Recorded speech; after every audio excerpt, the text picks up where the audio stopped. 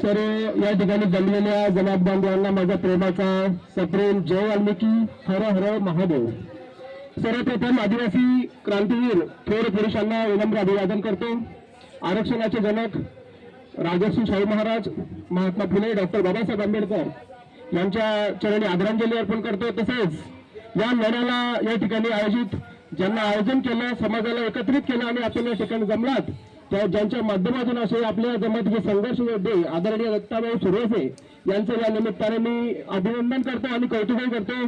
तसेच आपण या ठिकाणी आपल्या दैनंदिन जीवनातील महत्वाची कामकाजी सोडून या ठिकाणी समाजाच्या लढ्याकरता जमलात म्हणून आपले सुद्धा विनम्र या ठिकाणी स्वागत करतो.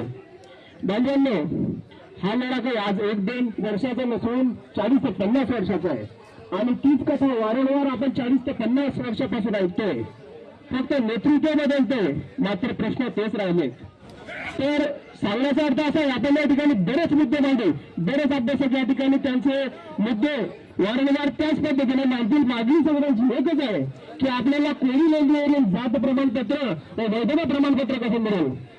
तर या सगळ्या ज्या मागण्या असतात या शासन दरबारामध्ये त्या ठिकाणी मांडाव्या लागतात आणि शासनाचे प्रमुख असतात मुख्यमंत्री महोदय. तर सांगण्याचा अर्थ असा आहे, आज जे आपल्या राज्याचे विद्यमान मुख्यमंत्री आहेत आदरणीय देवेंद्रजी फडणवीस साहेब, हे 2014 साली विरोधी बाकावर बसलेले होते.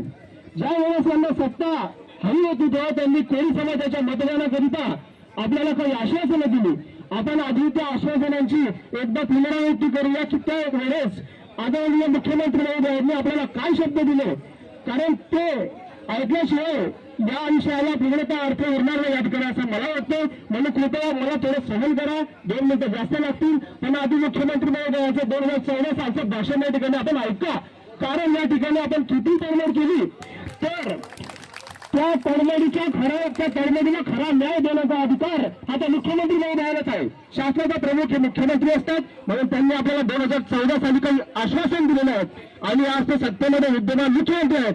त्यांनी मनात आणलं तर संध्याकाळपर्यंत, प्लीज माईक ऑन करा, त्यांनी मनात आणलं तर संध्याकाळपर्यंत दत्ताभाऊ सुरेसे यांच्या मागण्या मान्य होतील आणि कोणी समाजाचा हा 40 वर्षाचा गंभीर प्रश्न संध्याकाळपर्यंत सुटेल. म्हणून त्यांनी आपण त्यांची आश्वासन ऐकूया.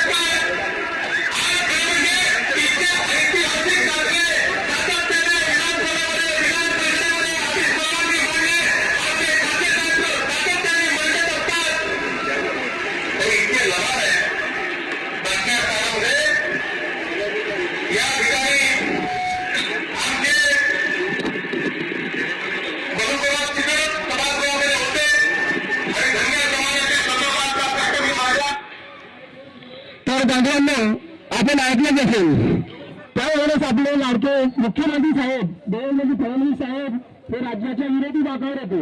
तर त्यांना माहीत होतं की आपला आदिवासी कोळी जमात ही 80पेक्षा जास्त मतदारसंघामध्ये मोठ्या प्रमाणात निर्णायक मतदान होल्ड करते.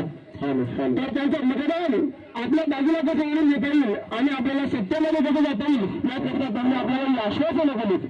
2014ची आश्वासनं आणि आज 2026 12 वर्षाचा काळ लोटलेला आहे आणि आज आपले ते विरोधी पक्षावरील नेते ज्यांनी आपल्याला आश्वासन दिलं हे राज्याचे मुख्यमंत्री आहेत.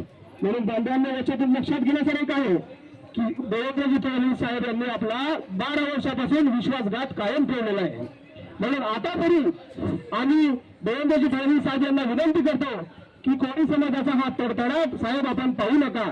आमच्या कित्येक पिढ्या 40 वर्षापासून या लढ्याकरिता खपलेल्या आहेत. नवनवीन नेतृत्व येत आहेत पण आमचा विषय मात्र त्या ठिकाणी तसा उडा गेला होता. यावेळेस आमच्या प्रामाणिक संघर्ष योद्धा या ठिकाणी पुन्हा एकदा त्यांनी न्यायाची पेट या ठिकाणी लढवलेली आहे. म्हणून आपल्याला या माध्यमातून मी इशारा देतो की दत्तात्रय सुरेश यांच्या पाठीशी महाराष्ट्राची संपूर्ण जमात उभी आहे. म्हणून आपण या विषयाला दुर्लक्ष करण्याचे धाडस मात्र करू नका. हीच एक आपल्याला या आंदोलनाच्या माध्यमातून मी विनंती माझं आव्हान इशारा आपल्याला करतो.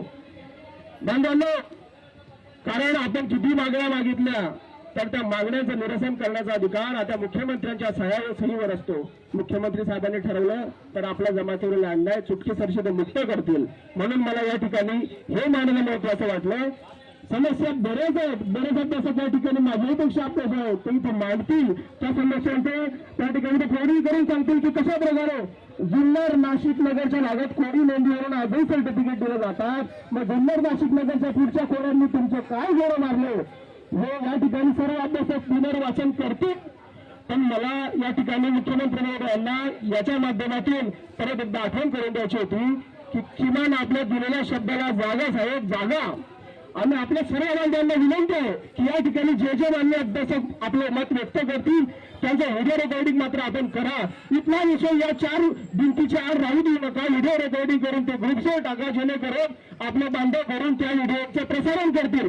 आणि प्रसार माध्यम बांधवांना लक्षात घ्या, सोशल मीडिया प्रसार माध्यमच्या माध्यमातून जे ज्यावेळेस टीव्हीवर दिसेल आणि ज्या वेळेस ते मुख्यमंत्री यांच्या दालनामध्ये त्या ठिकाणी दिसून येईल की आदिवासी कोळी जमातीचा काही एक लढा त्या ठिकाणी आझाद मैदानावर चालू आहे त्यावेळेस त्या ठिकाणी त्यांचं शिष्टमंडळ तातडीने पाठवतील आणि या विषयाला एकदा काय तसं आक्षेप होईल हेच या निमित्तानं सांगतो. आणि आपण मला बोलण्याची संधी दिली, मला ऐकून घेतलं, त्याप्रमाणे आपलं नम्रपणे मी आपलं धन्यवाद व्यक्त करतो. थँक्यू.